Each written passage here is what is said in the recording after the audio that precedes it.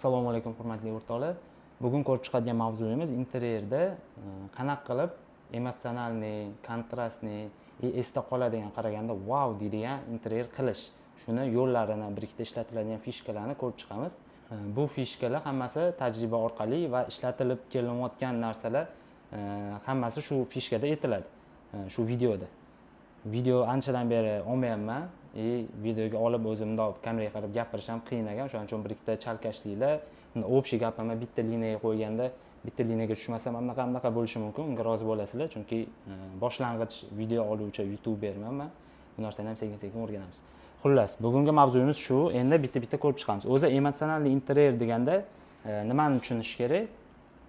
Bu yerda eng katta fishkasi, men buni ishlatib yurardim, lekin o'zim yaqinda shu narsani ishlatayotganimni tushundim, shunaqa qoida borligini.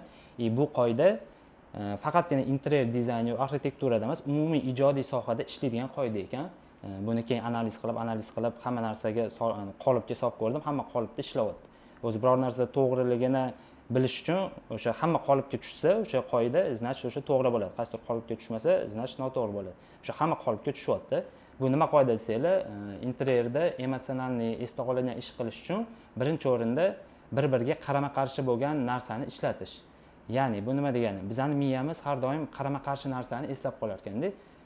Любой bitta voqea bo'lsa, uni tabiiy ravishda rivojlangani yoki tabiiy ravishda siz qanaqa bo'lishi kerakligini bilasiz va o'sha bo'lishi kerak o'ylaganingizdek rivojlansa, u narsa miyada esda qolmaydi. Lekin o'sha o'ylaganimizdek emas, sal boshqacharoq rivojlansa, o'sha miyamizga qarama-qarshi bo'lgani uchun bu narsa miyaga yengillik bo'ladi va bu esda qoladi. Endi buni qanaqa qilib interyerda ishlatamiz deyilsa, interyerda masalan neoklassikka qilinyapti. Bizda O'zbekistonda ko'p dizaynerlar neoklassikada faqatgina o'sha nozik, yengil detal, glyansiy tillalar bo'ladi-yu, o'shanaqa detallarni ishlatishadi. Chunki neoklassikaga mos tushadi deb bilinadi. Lekin tasavvur qilib ko'ringlar, neoklassika hamma yoq bir nozigona, ingichka moldinglar, oq fonlar, bejiy fonlar, hamma yoq nejniy ketyapti-da, bir qo'pol dag'al narsa yo'q-da. Bitta devorga shunaqa neoklassikada ishlatiladigan moldinglar qilib, ingichka moldinglar qilib, tagiga og'ir bronza, bundoq qalin formali bronzaviy yoki travertinli bitta tumba qo'yib qo'yildi.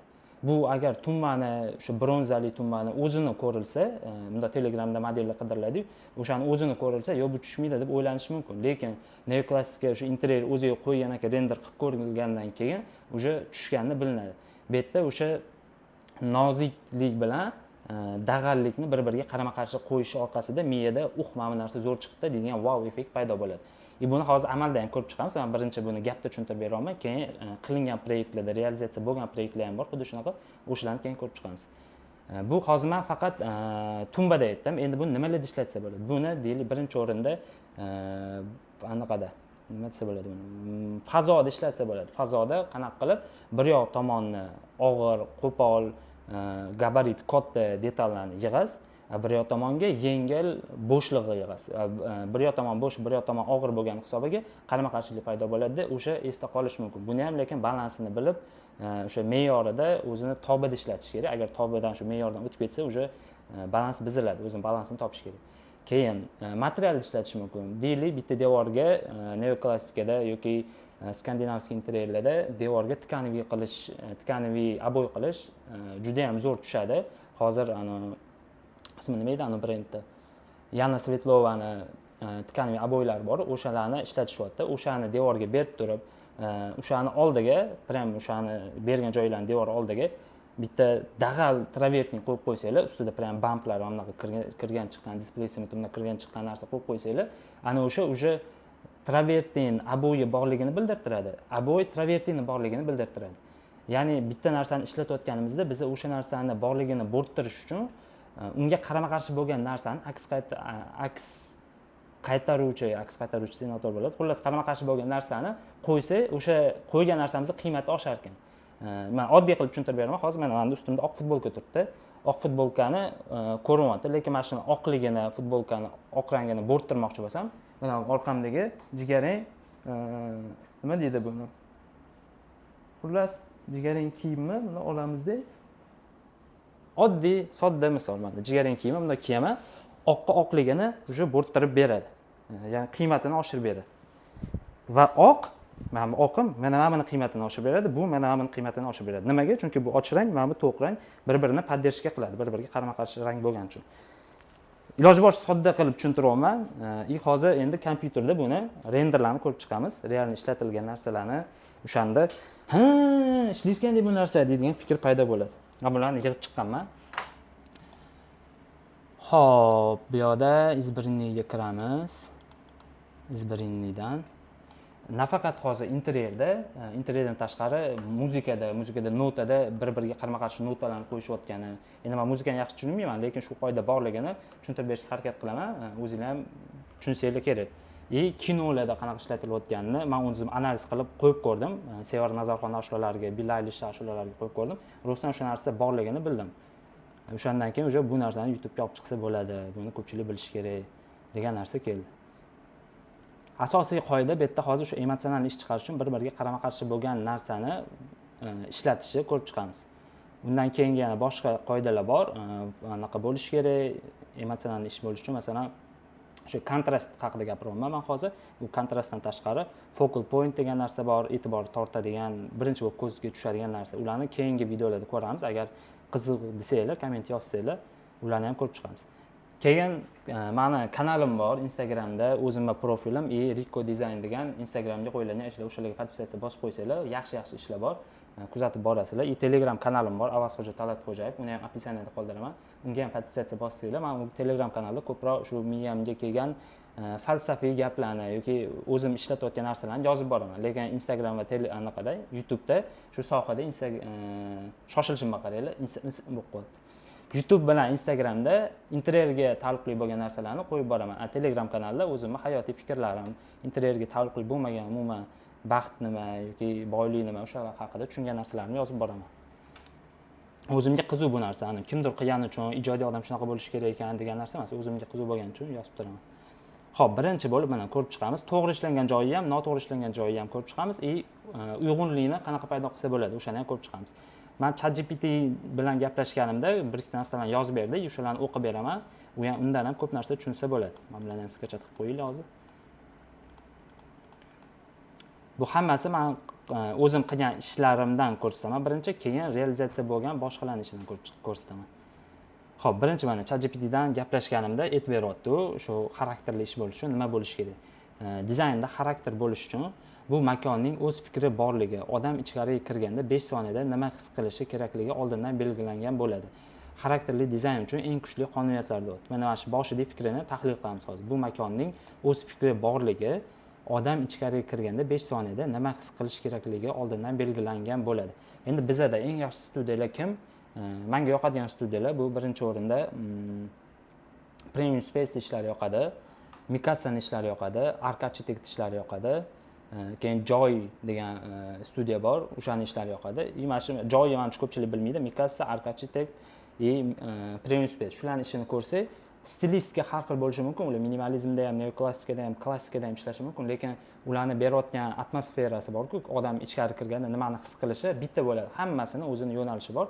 Architectda natsionalniy narsalar ishlatiladi, g'ishtli ishlatiladi.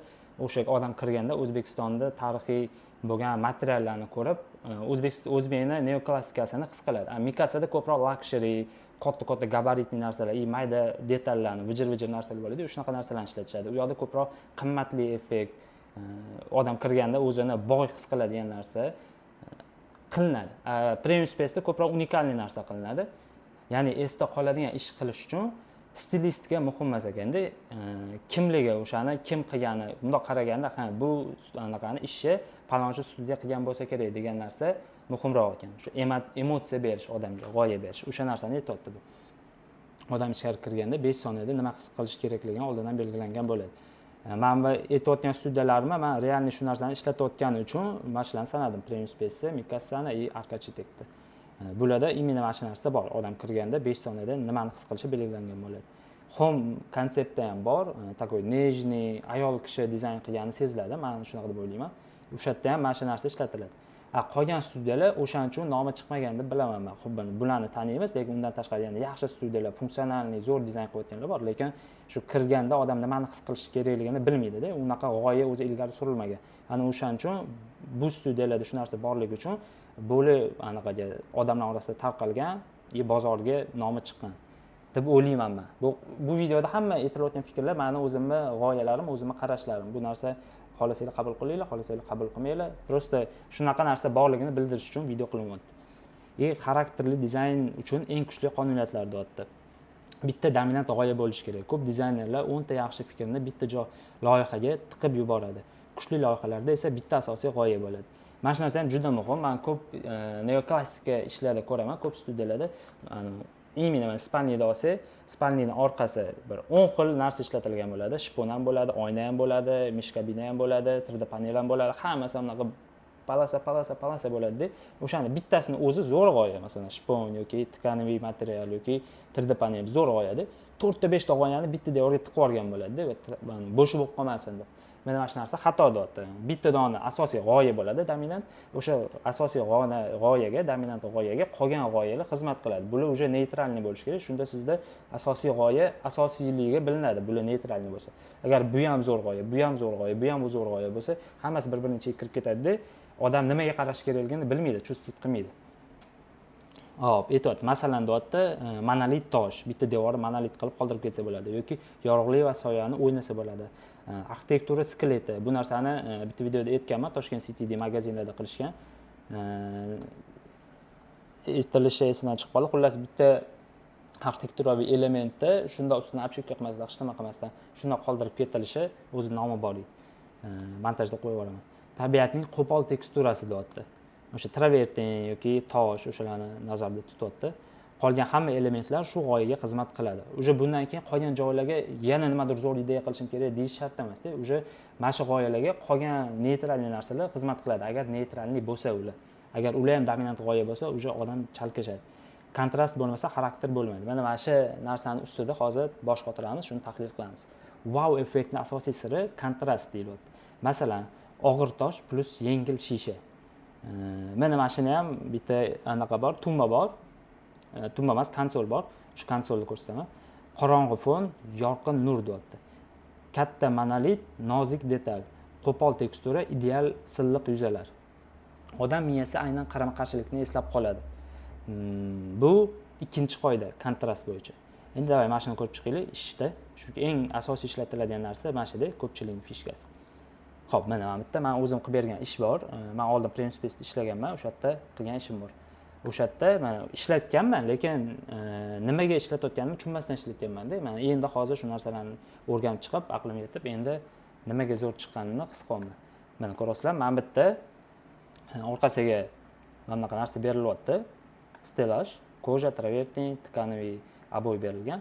Bu yerda birinchidan rangda kontrast o'ynagan, ikkinchidan travertin qo'pol tekstura bilan nozik tekstura bir-biriga qarama-qarshi qo'yilgan. O'shaning uchun bu narsa wow effekt va neobishniy narsa bo'lib chiqqan. Birinchisi bu mana tkaniviy narsani oldiga qo'pol anaqalar, kirdi-chiqdilar bor, relyeflari bor, qo'lda bundoq qilsa qiradigan narsa qo'yilyapti, dag'al tekstura qo'yilyapti, nozik teksturani oldiga. Mana shu narsa bir-biriga qarama-qarshi bo'lgani uchun travertin tekstura, tkaniviy tekstura borligini bildiryapti, qiymatini oshiryapti. Tkaniviy tekstura travertinning oldida bo'lgani uchun travertinning borligini qiymatini oshiryapti. Xuddi ham kiyim kiyganda oqligini ko'paytirish uchun ustidan to'qroq narsa tashladimi? O'shanga o'xshagan narsa. Ikkinchidan rangda kontrast berilyapti. Orqaga och narsada, oldinga to'q narsa. Bu juda ham ko'p interyerlarda ishlatiladigan fishka. Bu dizayn ham ishlatadi. Juda ko'pchilik esda qoladigan wow effekt chiqarish uchun mana shu rangda bir-biriga qarama-qarshi qo'yib ishlatiladi. Bu yerda ikkita fishka, ikkita narsada shu fishka ishlatilgan, teksturada va rangda. Mana bu yostiqlarni ham ko'rsanglar, bekordan-bekor orqasi och, oldiga anaqa to'q qo'yilmagan. Orqasidagi narsa, oldidagi bor narsani och bo'lgani uchun poddershka qilib to'qligini ko'rsatib beryapti. Yostiq qizil bo'lgan hisobiga. Mana pastida ham xuddi shunaqa. Divanning tepasi oq, past koja. Mana gilam oq, ustidagi jurnalniy stol qizil tosh. Bu yoqda mana shu fishka ishlatilgan. Keyin boshqa interyerda hozir men yig'ib olganman, shunaqa interyerlar ishlatilgan anaqani. Interyerlarni. Xo'p, mana bu realizatsiya qilingan yo dizaynning ishi. bu 10 yil oldinmi qilingan adashmasam. Mana mana shu o'sha boyga aytgan narsani boshida aytdim, u neoklassikada bitta brutalniy narsa qo'yib qo'yilsa deb. Mana mana shu mana bu tumbani o'zini ko'rilsa, model holatda ko'rilsa, tushmasa kerak deb o'tib ketilishi mumkin. Lekin mana bu yerda hozir juda ham chiroyli, emotsional, wow degan narsa chiqqan. Nimaga? Chunki mana atrofidagi hamma narsa, oq narsalar nozik, bitta rang, qo'pol narsa emasda, brutalniy emas, nabarot, brutalniy nabarotda bilmadim nima deyiladi so'zda, lekin noziklik, nafislik beryapti-da, oq deta anaqalar, moldinglar, patolog degan mana bu lepkalar, karnizlar hammasi nozik narsani beryapti-da, pastda bam etib mana bunaqa brutalniy, og'ir, mana formasi ham og'ir bo'lgan, eskirtirilgan bronzali tumba qo'yib qo'yapti. Mana mana shu narsa bir-biriga noziklik bilan qo'pollik bir-biriga qarama-qarshi qo'yilgani uchun bu yerda wow effekt chiqqan. Mana bu yog'ochchi ham agar jigarrang yog'och bo'lganda mana bunaqa effekt bo'lmasdi. Oq bilan mana bunaqa qora yog'och ishlatgani uchun wow effekt bo'lgan. Polda ham, pollar agar jigarrang anaqalar bor-ku, parketlar. Jigarrang parket ishlatilganda bunaqa darajada zo'r chiqmasdi-da. Buni fishkasi shu rangda, bu ham materialda bir-biriga qarama-qarshi qo'ygani uchun zo'r narsa chiqyapti. Xo'p, keyin mana bu yerda asosiy ishlatilgan, bu ham o'sha Premium Space oldingi ishlari juda ham zo'r chiqqan. Mana mana shunda ko'rilsa, atrofda moldinglar hammasi bu yerda ham nozik, nafislik hissini yo'qotadigan narsada, patologda dirs etib, qo'pol, dag'al teksturali, dumaloq forma ishlatilyapti. Buni birinchi o'rinda bunaqa ishlatilgani o'zi bunaqa katta lyustralar объемный joyda qo'yiladi, второй svetli bo'ladi, o'shanaqa joylarda katta объемный lyustralar qo'yiladi. Bu yerda ham mansardami bu bilmayman, lekin patologi baland bo'lgani uchun shunaqa lyustralar ishlatilgan, patologda yopishtiradigan lyustralar ishlatilganda bo'lmasdi, proporsiyasi to'g'ri kelmasdi. Hamma yoq nozikda, bu yerda asosiy focal point, o'sha e'tibor tortadigan nuqta mana mana shu lyustra bo'ladi, 5 ta. Mana bu usti qo'pol teksturada, orqasida nozik detallar. Ana o'sha bir-biriga qarama-qarshi bo'lgani uchun bu yerda neobычный ish chiqqan, odam ko'rganda wow deydi. Mana bu kojada ham xuddi o'sha gap. Orqasi oq, oldi to'q. Mana bu ham oldi to'q qilingan. Buni ham bo'lmasa bunaqa tkaniy berib yuborsa bo'lardi. Lekin bu borligini bildirtirish uchun buni och, buni to'q qilingan. O'zi Premium Space'da bunaqa fishkalar juda ham ko'p ishlatiladi. Bu yerda ham shu rang bilan materialda bir-biriga qarama-qarshi qo'yilgan. Ana o'sha hisobiga wow deyiladi. Yana bitta o'sha e'tibor berish kerak bo'lgan nuqta, mana lyustrani o'zini modelni ko'rganda neoklassikaga tushmasa kerak degan fikr bo'ladi-da. Buni dizaynerlar, vizualizatorlar yaxshi tushunadi. Lekin bu yoqqa mana bu общий konsepsiyada ko'rganda уже zo'r turibdi, chiroyli turibdi. Xo'p, keyin mana bu. Bu ham Premium Space ishi. Bu yerda focal point mana bu lyustra. Bundoq qaraganda odam lyustrani birinchi ko'radi, keyin mana bu stulni ko'radi, undan keyin mana bu yog'ochli polkani ko'radi. Yog'ochli polkada ham mana shunda o'sha rangda o'ynatilyapti. Mana bu issiq rangga qo'yyapti-da, oldiga oppoq tosh qo'yadi. Tosh agar ana Toj Mahal degan tosh bor, o'shani qo'yganda уже ploskiy bo'lib ketardi mana shu shkaf. Shkaf kontrastni qilgan holatda borligini bildirtiryapti, o'sha hisobiga emotsiya paydo bo'ladi. Wow deydigan. Mana bu stol ustidagi yog'och bor-ku, to'q ishlatilgan-ku shpon. Mana mana shu shponni materialni mana bu devordagi shkafdagi yog'ochchi materialni berganda bunaqa darajada emotsiya bermasdi. Chunki pastda oq tekstura, tepasida stolda qora tekstura. O'sha bir-biriga qarama-qarshi qo'yilgani uchun o'sha wow effekt paydo bo'ldi. Mana bu jigarrang qilib ishlatilganda o'sha bunaqa effekt bo'lmasdi. Effekt bo'lardi, bu darajada bo'lmasdi. Keyin emotsional ishda yana bitta fishka, biror narsani muhimligini bildirtirmoqchi bo'lsa, unga yoki yaxshi освещение beriladi, o'shanga qaratib prям svet beriladi, o'sha narsa borligini bildirtiriladi. Yoki uni gabaritini kattalashtiriladi. Mana bu dizayn ishida mana shu narsadan ishlatishgan, gabaritini kattalashtirilgan. Mana bu narsa odam tasavvurga sig'maydigan darajada bunaqa ham bo'lishi mumkinmi deydigan narsa. Biz har kun ko'rib yurgan odatiy shakl emasda, kattaroq yo'qlagan shaklimizdan. O'shani hisobiga ham kravat bilan oldidagi anaqa attamanka deyiladi buni. Shu oldidagi mebel уже необычный ko'ryapti-da. O'sha skill qilingan hisobiga, kattalashtirilgan hisobiga. Biz har doim ko'rib yurgan formamizdan boshqa formada, o'shani hisobiga miya qarama-qarshilikni his qilib, bu har kungi ko'rib yurgan forma emas, u degan holatda esda qoladigan ish chiqqan, wow deydigan. Bu yerda lekin rangda kontrast uncha yo'q. Mana orqada shponni qora qilganda уже mana bu oldidagi kravat teksturasi oqroq, o'shanda rangda ham ajralgan bo'lardi, lekin rangda ajratishmagan. Keyin mana bu yerda, mana bu ishda lustra bo'lmasa oddiy lustra, lekin lustraning qiymatini qora bo'lgani hisobiga qiymatini oshirish uchun polni orqani oppoq qilib, nejniyroq и bo'shliq qilib foydalanyapti-da. Lustrani qiymati o'sha hisobiga oshyapti. Bo'lmasa agar orqasiga hozir shpon ishlatganda lustra o'sha shpon bilan birlashib ketgan bo'lardi. O'sha hisobiga wow effekt bo'lmasdi. Lustrani birinchi o'ringa chiqarish uchun qiymatini oshirish uchun polni orqalarni yengil qilib, lustra bilan balans to'g'rilayapti. Orqa yengil, lustra qora и katta bo'lgan hisobiga esda qoladigan narsa bo'lyapti. Keyin mana ikkita stulda odamga yoqadigan stulda, mana birinchisi mana bu stul, ikkinchisi mana bu stul. Men ikkalasini ham qaysidir proyektda ishlatgan bo'lardim, neobичный. Endi ikkalasi menga yoqyaptimi? Demak, ikkalasini ulab turgan qanaqadir umumiy qoida bo'lishi kerak. Bitta qoida, ikkalasida ham ishlayotgan. Endi bu qanaqa qoida deyilsa, shu odatiy ko'rib yurgan shaklimizdan boshqacha shakl. Mana o'tirgan joyi katta, orqasi ingichka, bir-biriga teskari proporsional, bir-biriga qarama-qarshi narsa. O'tirgan joyi katta-da, orqasi ushlab turgan joyi ingichka, shunaqa ham bo'lishi mumkinmi deydigan narsa bo'lgani uchun bu menga yoqyapti, shu bir-biriga qarama-qarshi qo'yilgani uchun. Mana bu yerda ham orqasi katta, men ko'rib yurgan shaklim emas-da, suyangan joyi juda ham katta qilingan. Mana shu katta bo'lgani uchun, men oldin bunaqa stul ko'rib yurmagan uchun miyamda o'sha bunaqa ham bo'lishi mumkinmi degan narsa paydo bo'ldi, yoqyapti. Ikkalasini yoqishning sababi shu, men har doim ko'rib yurgan shakl emas bular. Mana shu qoida ishlayapti ikkalasida. O'shaning uchun menga yoqyapti. Keyin mana bu biroz yaxshi material ishlatgan, mana keramiklarni ishlatyapti, shpon ishlatyapti, patologda ochiq qoldirib ketyapti betonni. Lekin esda qoladigan wow deydigan ish chiqmagan. Nimaga? Chunki rangda bir-biriga qarama-qarshi qo'yilgan o'sha kontrast yo'q-da. Shpon bilan tosh rangi почти bir-biriga yaqin. Mana shu yerda masalan shponni qora qilib, pastga kalakata tosh bor-ku, yoki hatto Toj Mahalli berganda shponni to'q tekstura qilib, уже esda qoladigan narsa bo'lardi. Patologga oq qilib olish kerak bo'lardi. Oq qilsa shponni уже qiymati oshadi. Patolog oq, devor qora, pastda tosh yana oq, och rang. Shuning hisobiga och-to'q bo'lgan hisobiga уже kontrast oshadi. Odam esda qoladi. Mana bu yerda ham xuddi shu ishga boshqa kadri.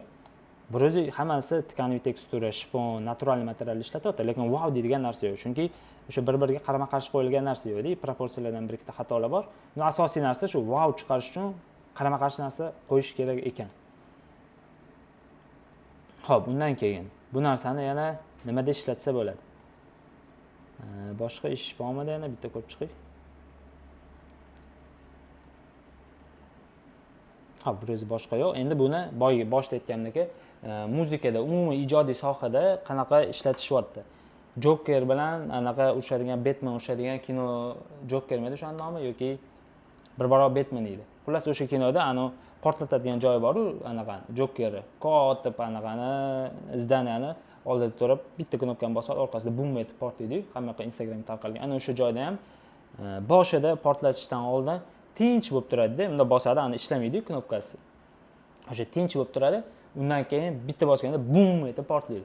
O'sha yerda ham birinchi sokinlikda tinch bo'lib turibdi-da. O'sha tinch bo'lgani men bum etib portlashini qiymatini oshirib beryapti. Bum etib portlashi undan oldingi tinchlik bo'lganini qiymatini oshirib beryapti. Shu narsa realni ishlayotgan narsa. Bu kinoda bunaqa holatlar juda ham ko'p. Men prosta o'sha esimga keldi. O'sha misolni keltirib beraman. Endi ashulada ko'rib chiqamiz. Mana bu Billie Eilish Happier Than Ever. Inglizchani ham yorib yuboraman. Shu ashulasida adashmasam ishlatilgan edi. Hozir buni YouTube'ga qo'yib bering. Billie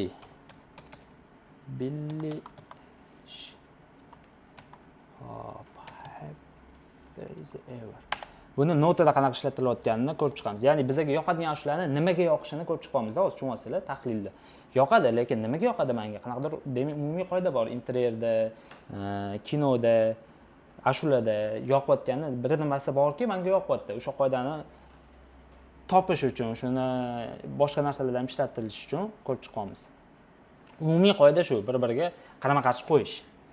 Xo'p, endi mana bu Happier Than Ever degan ashulasida Billie Eilish notada qanaqa ishlatilayotgan. Mana bu muzikaning boshlanishi, menga o'xshab muzikani tushunmaydigan odam, mana boshlanishi eshitib turinglar. Eshitgansizlar menimcha. Kalonkani noqib qo'yinglar.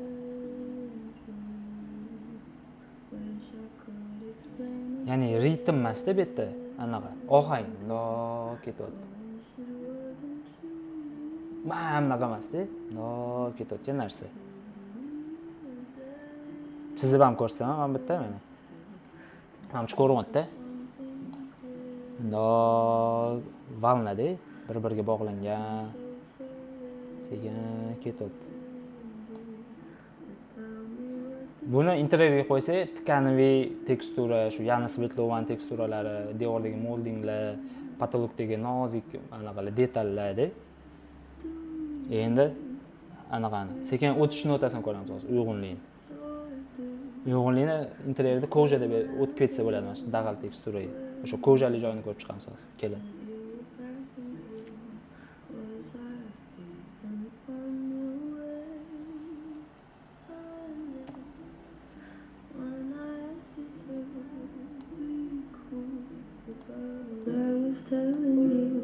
Yaxshi eshitilyapti endi.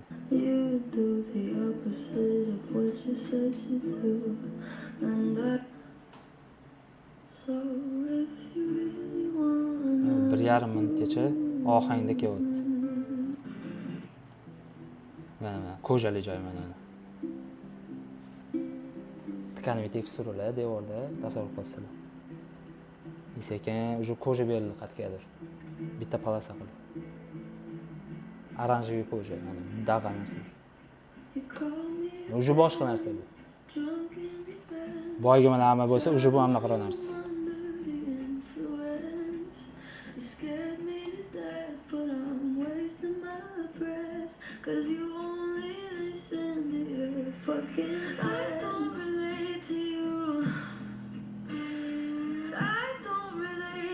Уже kelyapti, travertinga brutalniy tumbalarga kelyapti уже sekin.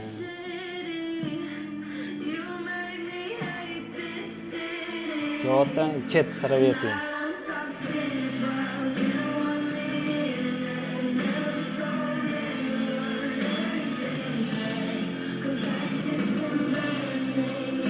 Hali to'liq travertin bo'lmadi hali. Baqiradigan joy bormi bitta? Pasaytiraylik ozgina. Yana boya kojalarga qaytdi. Anaqa tkaniviy tekstura tushmadi hali, kojada yuribdi.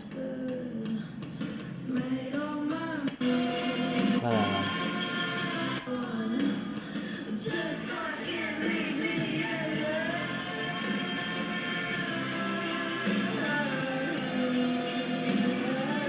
Bu уже mana bunaqa narsa-da.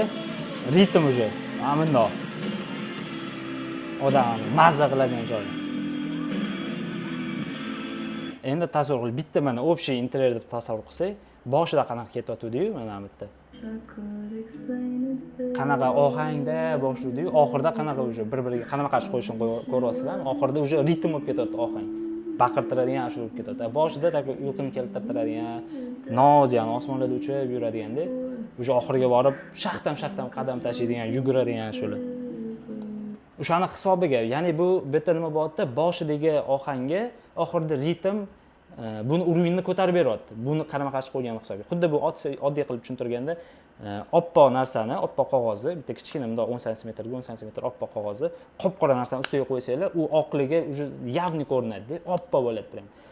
Oppoq qog'ozni ustiga qo'ysanglar, oqqa, уже u oq yo'q bo'lib ketadi. Uni borligini bilmaysizlar ham.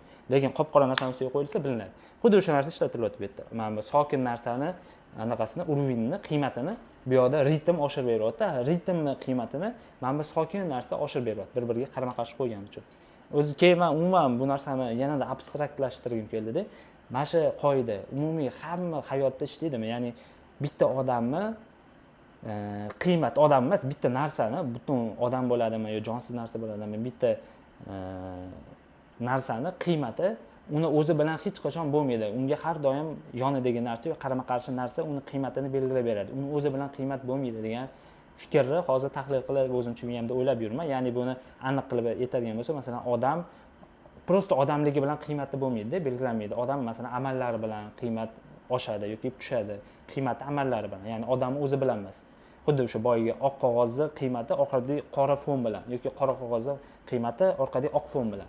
Buni ham sokin notani qiymati, uni borligini bor qilib turuvchi narsa bu oxiridagi ritm. Ritmni bor qilib turuvchi narsa ritm o'zi emas, boshidagi ohang. Mana interyerda ham xuddi shu tikaniy narsani ko'rsatish kerak bo'lsa, yoniga travertin qo'yish kerak, qo'pol. Travertinni ko'rsatmoqchi bo'lsa, yoniga tikaniy narsa qo'yish kerak. Shuni abstraktlashtirsa, shu qoida tushadimi? Shu narsa to'g'ri, masalan, deylik daraxtning qiymati u nima desa, mevasi bilan deydimi, soyasi bilan deydimi, prosta daraxt bo'lib tursa, u hech kimga kerak emas. U nimadir bersa, o'sha amali bilanmi, xullas fikrim yaxshi hali tushuntirib bera olmayman. U abstraktlashtirsa ham ishlaydi degan fikr bor menda.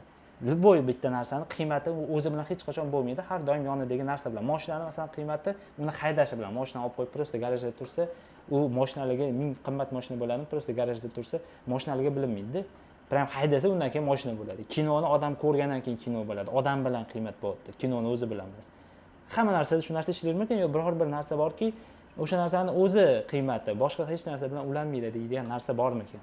O'sha narsani qidiryapman hozir. Bu bitta ashula. Endi ikkinchi ashulada ko'ramiz. Buni lekin prям shu narsa явно ishlatilganda, o'shaning uchun bizga yoqadi deb o'ylayman men. Endi ikkinchisi. Buni ham Billie Eilish ashulasi edi, adashmasam. Ikkinchisi anaqa, Sevara Nazarxonning ashulasi edi. Sevara Nazarxon. Qaysi ashulasi edi hozir? Ya'ni buni men nimaga ko'rsatyapman? Bu qoida hamma qolipga tushadi. Shu qoliplarni hozir qo'yib chiqyapmiz. O'shani to'g'riligini ko'rsatib berish uchun hamma qolipga tushishi. Tushayotgani uchun to'g'rilab hisoblayapman. Hamam tamnet меня degan ashulasi bor-ku.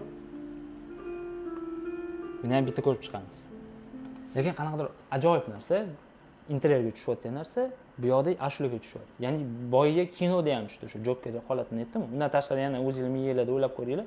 Mana shunaqa esingizda qolgan narsa, mana shu uchun esingizda qolganmi? Ikkita jimjitlik bilan portlashi bir-biriga, ya'ni ketma-ket qo'ygani uchun yoki boshqa shu kinolarda eslab ko'ringlar, shu qoida ishlayaptimi, yo'qmi? Prosta ajoyib bani. O'ylab men tushunganda bilasizlar nima his qildim? Anaqa Evrika deydi-yu, yer tortish kuchini o'ylab topganda. U o'ylab topganda shunaqa xursand bo'ldim. Men tushunganimda nimani o'yladim? Bor narsa, bu ishlab kelayotgan narsani men shuni tushunib yetdim-da. Vashi wow degan emotsiya bo'ldi-da. Endi buni hamma proyektlarni ishlatsam bo'ladi. Ani nuqtasini, nozik anaqasini topib oldim, tomiriga tushib oldim deyapman-da. Prям xursand bo'laman. Undan keyin o'ylayman, odamlar biror narsani kashf qilganda qanaqa xursand bo'ladi. Men bor narsani tushunganimda shunaqa emotsiya bo'ldi. Kashf qilsa jinni bo'lib qolishi ham mumkin-da odam. Xo'p, mana ham Sevara Nazarxon ashulasida ko'ramiz. Mana boshida bu ham mana o'chiringlar endi boshqadan chizamiz. Sokinlik bilan kelyapti, xuddi o'sha boyiga Billie Eilishga o'xshagan narsa. Takoy osmonlarda uchvoz, qanotda.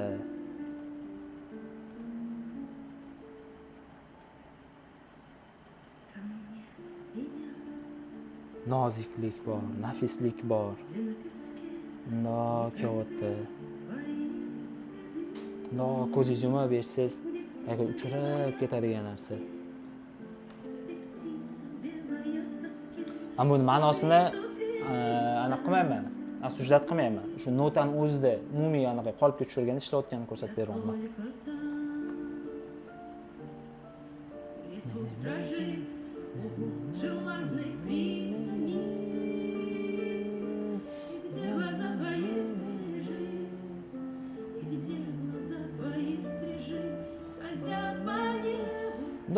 Bir-bir ulanib ketayotgan narsa-da, bir-biridan mana bunaqa narsa yo'q-da, bundan ulanib ketyapti.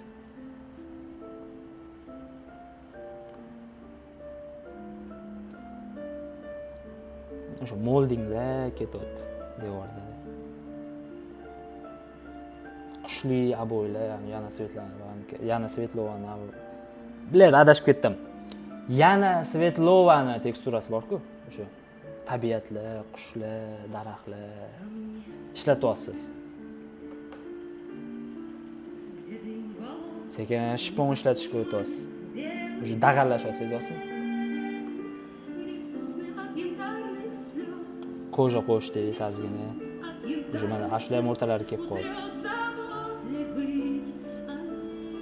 O'sha ana shiponni bamplari tikaniy teksturaga sal to'g'ri kelmayapti bir-biriga. qarama qarshi chiqyapti. Dag'alli qo'shilyapti o'sha. Jurnalni stol qo'yib ostiravertinglar. Devorda tkaniy teksturalar turibdi hali.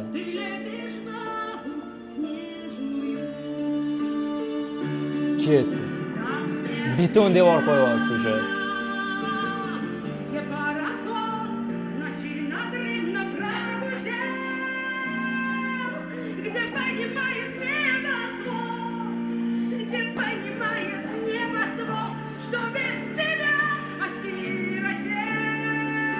O'sha boyidagi osmonlarda uchmayapsiz o'sha. O'sha konkretni qanotingiz bor, orqangizdan olov ketyapti. Легкий uchmayapsiz-da o'sha. Bu degani o'sha devorda beton ishlatyapsiz o'sha. Burtanli tumba qo'yyapsiz, bronzali ishlatyapsiz. Mana, shu ko'rasizlar.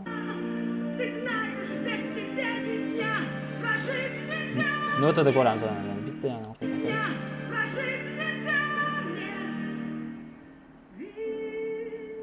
Mana shu bunday tushgan joyi bor-ku, ana o'sha joyi emotsiya beryapti odamga. Baland notadan sirazu fuk etib tushgan joyi. Ya'ni bu yerda ham xuddi o'sha bir-biriga notani qarama-qarshi qo'yish, materialni qarama-qarshi qo'yish, rangni qarama-qarshi qo'yish, vizualni og'irligini bir yoq og'ir, bir yoq yengil, shuni qarama-qarshi qo'yish. Umumiy qoida shu ekanda, miya bizda qarama-qarshi bo'lgan narsani eslab qolar ekan. Ya'ni miya buni nimaga eslab qoladi? Miyaga har doim ko'rib yurgan, har kunga bo'layotgan, ko'rib yurgan holatni kopiya qilib o'shani qabul qilish oson. Ko'rmagan o'sha va shunaqa ham bo'lishi mumkinmi deydigan narsani qabul qilish qiyin-da, o'shani hisobiga qiyin bo'lgan hisobiga esda qoladi. Luboy miyangizda yoshlikdagi bo'lgan voqeani eslasangiz, tabiiy ravishda rivojlanadigan, masalan, oilada kimdir adasi tashlab ketgan bo'lishi mumkin, oyisi o'lib qolgan bo'lishi mumkin. O'shani eslasa, ana o'sha o'lib qolgan payti yo tashlab ketgan narsa esda qoladi. Nimaga? Chunki hammada adasi bor, oyisi bor va o'lib qolishi bu notabiiy-da, bu tabiiy rivojlanish strukturasiga qarshi. O'shani hisobiga o'sha narsa miyada eslab qoladi.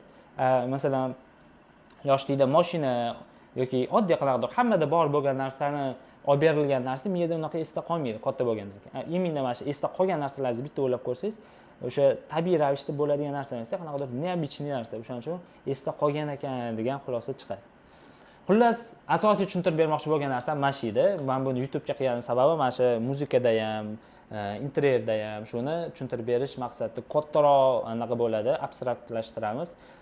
Kattaroq mavzu bo'ladi va uni Instagramda tushuntirsam 3 minutdan oshib ketardi va rekomendatsiyaga chiqmasdi. YouTube'da bemalol tushuntiraman. O'shaning uchun YouTube'ga qildim va o'ylaymanki, sizlarga ham foydali bo'ldi. Kelajakda proyektlaringizda shu narsalarni ishlatib qo'llaysizlar degan umiddaman. Rangda, materialda, vizualni og'irlikda. Keyin aytgancha boyga anaqa qolib ketdi. Boshda aytdim, shisha bilan tosh ishlatgan dedi-yu, xuddi o'sha narsani ishlatganini ko'rsataman hozir Fyodorov arxitektni. Bitta mavzudan ikkinchi mavzuga risk o'tib ketaman. Shu narsani yo'qotishim kerak edi. Bundoq bitta chiziqda gapirishim kerak edi. Buning uchun endi o'qish kerak yo gapirish kerak, bu tajriba bilan keladigan narsa. Xo'p, mana Fyodorov element degan o'zini anaqalari bor. Mebeli, konsoli, jurnalni stoli o'zini produkti. Bu arxitektura dizayn studiya va uni o'zini elementlari bor mana shunaqa. Buni bilganlarga eslatma, bilmaganlar kiringlar, foydalaninglar. Konsoliga o'tamiz. Konsolida. Menda mana bu narsa ja unaqa esda qoladigan narsa emas, lekin zo'r narsa, lekin ja unaqa esda qoladigan narsa emas. Men boshqa narsa ko'rsataman, hozir o'shanga nisbatan esda qoladigan narsa emas. Chunki bir-biriga mana bu shakl bilan mana bu shakl bir-biriga yaqin va общий anaqa beryapti. Shpon bilan tepasiga ham shpon beryapti. Bir-biriga yaqin, bir xil narsa. Endi mana shuni boshqacha qilib ishlatgan variantini ko'ramiz. Hozir pastda ham bitta bor edi. Hamma joyda ishlatib yurishgan ekanda, buni bekitib bizdan tushunasizlar. Biz buni bilmay yurgan ekanmiz. Endi bilganlar ham ko'p. Men buni endi tushunib yetdim. Hop, qaysi biri edi? Mana. Hop, birinchisi mana. Bekordan bekor mana bu shisha, tepasi tosh qilmayapti-da, boyga ChatGPT aytdi-yu, tosh bilan shisha dedi. Shisha bu yengillik. Buni anaqa qilsangiz, ustiga chiqsangiz, buni olsangiz sinib ketadigan narsa. Vizualni yengil, miya shuni qabul qiladi. Vizualni yengil narsa. Ustidagi tosh bu vizualni og'ir narsa. Ursangiz ham sinishi qiyin, dag'al. O'shani bir-biriga bunday qo'yyapti-da, yengil narsa og'ir narsani ko'tarib turibdi. Qanaqa kaktak. bunaqa ham bo'lishi mumkinmi degan narsani keltirib chiqaryapti. Buni albatta ko'rasizlar, prям wow deydi odam. Nimaga wow deydi? Chunki rangda birinchidan ishlatyapti. Qizil tosh mana bu qora toshdan prям ajralib turibdi oldida. Mana shu orqada shponni agar boydagi Premspace ishini ko'rdik-ku, devorga jigarrang shpon ishlatadi. O'sha jigarrang shponni ishlatganda bunaqa emotsiya bo'lmasdi. Именно qizil tosh effektini qiymatini oshirish uchun qora shpon ishlatyapti. Mana bunaqa shpon ishlatganda bu yoqda mana bu narsa sal ploskiyroq ko'rinadi. Baribir ajralardi, chunki qizil-ku bu.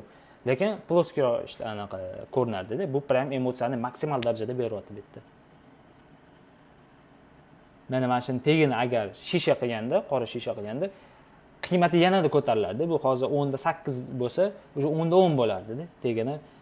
Ya'ni bu yerda materialda, rangda foydalanyapti. Vizualniy og'irlikdan ham foydalangan bo'lardi.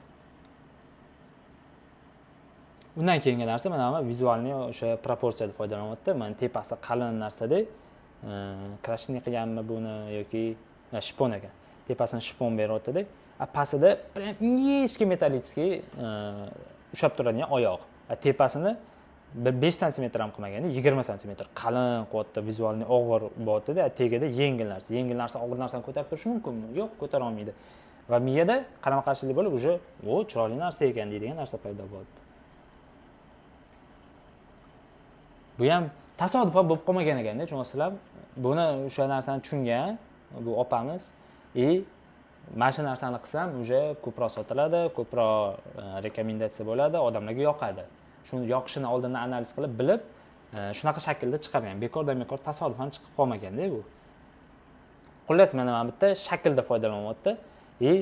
Rangda ham ozgina foydalangan ekan. Mana nimaga qora fonni oldiga oq qo'yapti, shu buni qiymatini oshirib beryapti, qora orqasida g'ish. Bu yoqda ham shaklda, ham rangda foydalanyapti, lekin materialda foydalanmagan. Material unaqa emotsiya uyg'otmayapti. Mana shuni qancha emotsiya berishinglarning qiymati nechta narsada foydalanishinglarda, ham vizualniyda, vizual bunaqa proporsiyada, ham materialda, ham og'irlik, yengillik, o'sha bir yoni bo'sh qoldirib, bir yoni to'ldirish, o'shanda ham rangda foydalanilsa, o'sha uni qiymati wow deydigan emotsiyasi oshib boraveradi-da. Keyin yana bitta dizaynerlar sezadigan narsa, oddiy jigarrang parket qilsa, unaqa emotsiya bermaydi, lekin qora parket qilib, devor hammasini oppoq molding qilsa, anaqa quadro-roomni bitta ishi bor-da, shunaqa kvartira yaqin realizatsiyasi bitta. Poli anaqa archali qilib, qora shpon ishlatganda, qora parket ishlatganda, devori polniy oppoq molding qilgan. Anaqalari ham oshxonasidagi kuxniy mebellari ham hammasi qora shpondan qilingan. O'sha yerda ham xuddi shu fishka ishlatilgan, prям o'sha ishi boshqa ishlarga nisbatan ajralib turadi-da. Menga yoqadi o'sha ish. Wow deydigan effekt chiqqan. Xullas, bugungi videomizdan maqsad mana shu narsalarni o'pcha hamma yoqda ishlatib yurishganini ko'rsatish va shuni tushuntirib berish.